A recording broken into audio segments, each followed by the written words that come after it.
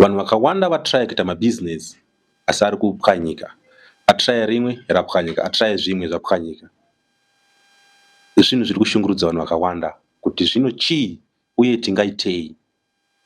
Ndichakutsanangurirai zvinhu zvitatu.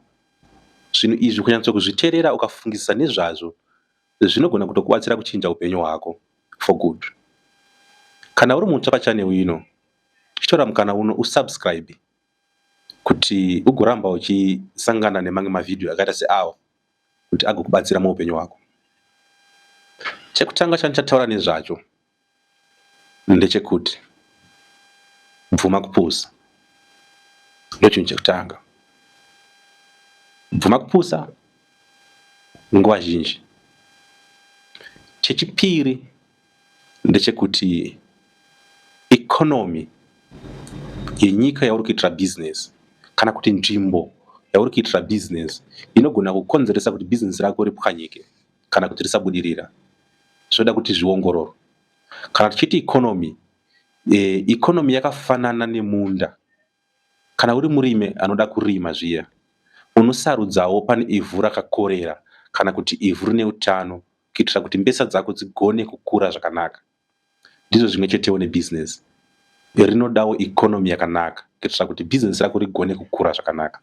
Saka unofanira kuongorora nzvimbo yekuitira business inokosha kupinda zvimwe zvose. Chechitatu, chimbosiyana nekudzidza academic qualifications asina nematuro ese.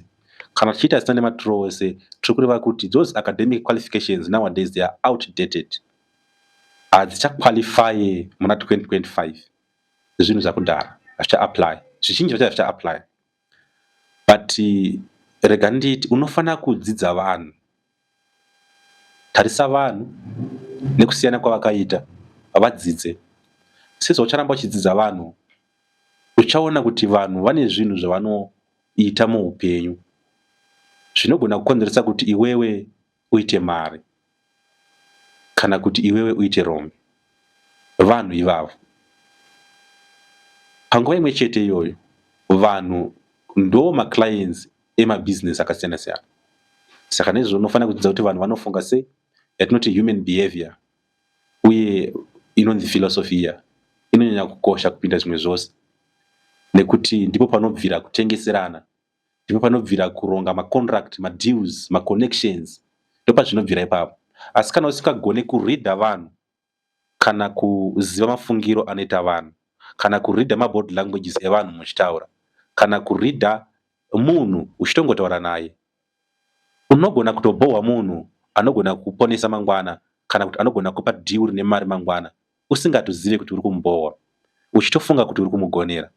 Asi kana uri munhu ane zivo pamusoro pevanhu, kuti munhu anofunga sei, munhu anoita sei, munhu anobehave sei, munhu anofunctiona sei, zvinogona kutokubatsira kuti ugone kuwina matenda, ugone kuwina maconnections, ugone kuwina maclients, ugone kuwina mapartners, ugone kuwina mafriends anogona kuendesa mberi.